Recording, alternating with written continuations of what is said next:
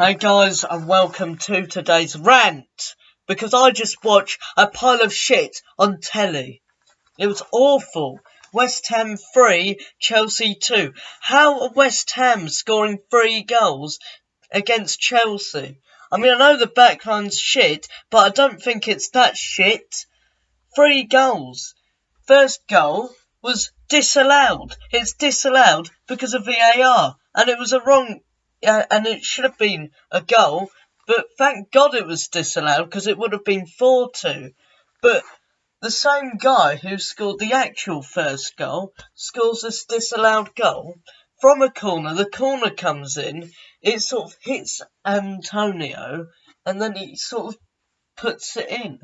But if you think that the first disallowed goal, okay, maybe we should mark that player. Why don't you go and mark that player for this goal he actually scores? Because he goes and scores another one, and it's little tiny Azpilicueta not even going for the header. He's not even going for it. Why are you not going for it? And why haven't you got a tall person on that man? It really irritates me.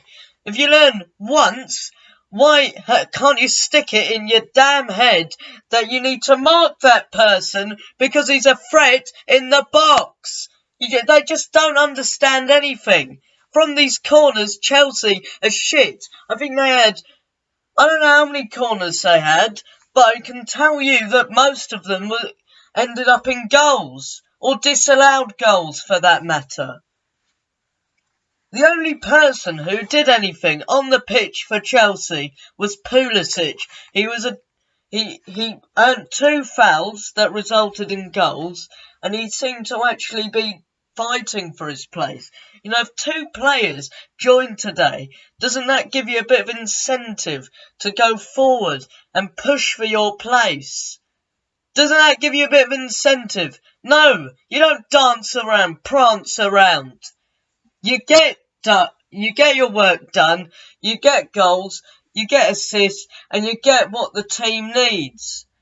If Timo Werner is coming in at front, Tammy Abraham should want to get goals, should want to keep him out of striker, which he probably will be in striker, but anyway. But Tammy Abraham, he wasn't bad. But you need to score goals. If you want to not let Timo Werner replace you, you've got to do something.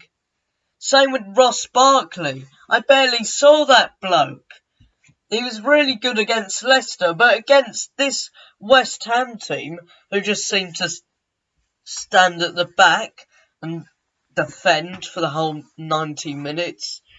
But I didn't see any of him. And if you think Hakim Ziyech is going to come in and take your space, then maybe you should if you're not doing anything in the matches. See, I don't get it with these people. There's one game where you're really good, you're having goals, you're creating goals, you're doing well in general, and then the next match you completely disappear out of the blue, away you go, and we've forgotten about you. Willian, again, should we really give him a contract? Because I don't think we need to. If we've got Pulisic, Hudson-Odoi, Ziyech, Mount, all coming in these attacking areas, what does Willian offer? Okay, he scored the 2 goals for us, but they're from open play, aren't they? If you saw him not from open play, he completed barely any crosses, seemed to, whenever he got possession in the final third, he passed it back to our centre-back. And moving to our centre-backs, well, Christensen, where was he for the 3rd goal? Why was he halfway up the pitch, dancing around, prancing around? Why wasn't he helping get back? And then Rudiger, well, he was just a nightmare.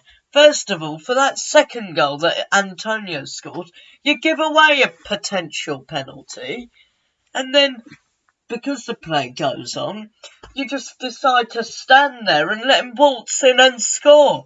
I mean, you're getting paid 100 grand a week, and you can't do simple defending. And don't get me started on Marcus Alonso, because They were right, the commentators in that game.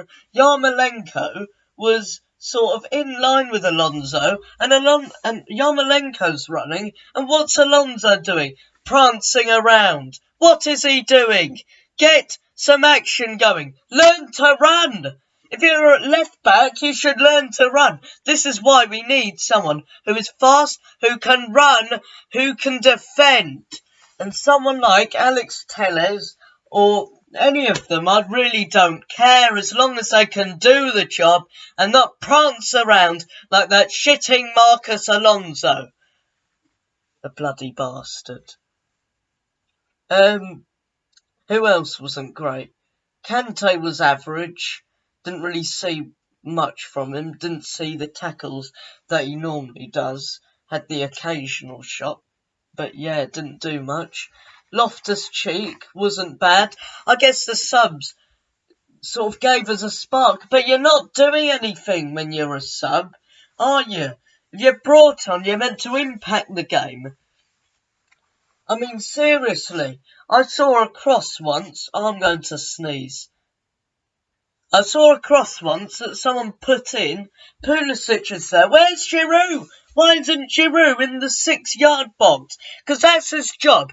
Giroud is meant to be in the 6-yard box, getting on the end of things, getting goals in those little shitty positions, like in the 6-yard box, where he can tap home a cross, where he can score a header. But he wasn't there. Again, I think someone crossed it in. I think it was Willian, maybe one of the few crosses he completed. Crossed it into Loftus-Cheek, and he did a flick on, and no one was in the middle. Who's in the middle to tap it home? This is what I don't get. And this is why we need Timo Werner, who has pace, who knows where the net is, and has scored 30 goals in this season. 30 goals, that's a remarkable amount for such a cheap price. I'm really excited for next season, because I can't wait to get rid of this shitty not being there in the box when there's actually something going on. But we really need to sort out the defence. Before we sign Kai Havertz, before we sign Jadon Sancho, we need to get someone who's strong at the back, ideally a left back who can learn to run. I mean, Marcus Alonso has the pace of a bloody sloth. And what else? If you're not running back, then of course you're going to concede goals. Kepa couldn't really do much for any of the goals. And to be honest, he was alright, I guess. But yeah, enough being said, I think we need to get a faster left back that knows how to run, that knows also how to cross the ball. Instead, when you're crossing, don't cross it all the way over there where Willian is, because do you think he's going to know how to put a cross in? Have you seen his corners? They get defended at the front post. And okay, his penalty was pretty good, and the free kick was pretty good, but nothing else he did was good. He's just not at our standard anymore, and I think he's had a very good time at Chelsea, but I think it's time we just say goodbye to him. Thank you for your time, but it's goodbye. I mean, he's not signing a new contract, so to be honest, it would be goodbye anyway. And we need to get rid of that Batshuayi. And where's Jorginho in the team? Has Jorginho fallen out or something? Because I didn't even see him get played at least 6 minutes in one of these 4 games. What's happened to Jorginho?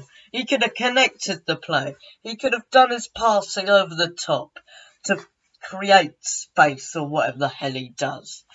But it could have been a lot better if we just sorted our shit out and got wins against teams like bloody West Ham, who have David Moyes in the managerial job. And yeah, David Moyes was a good manager 10 years ago, not in 2020.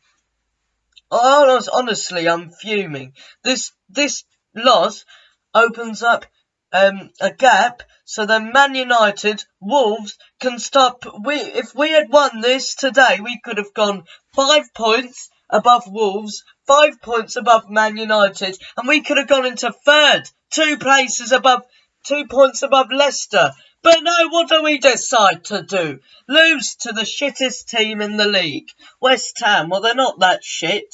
In fact, Norwich is shit. We've got them soon, and we have Watford the time after that, and then I think we have Palace, which is going to be hard, and at this rate we'll probably drop points to them. Then we've got Sheffield, who look pretty dodgy, and then I think it's Norwich, and then Liverpool, and then Wolves. So maybe we could get top 4. I hope we get top 4, because if we don't, I'm going to be mega fuming. That's been the end of today's rant. Hopefully Watford ends in a win. Bye.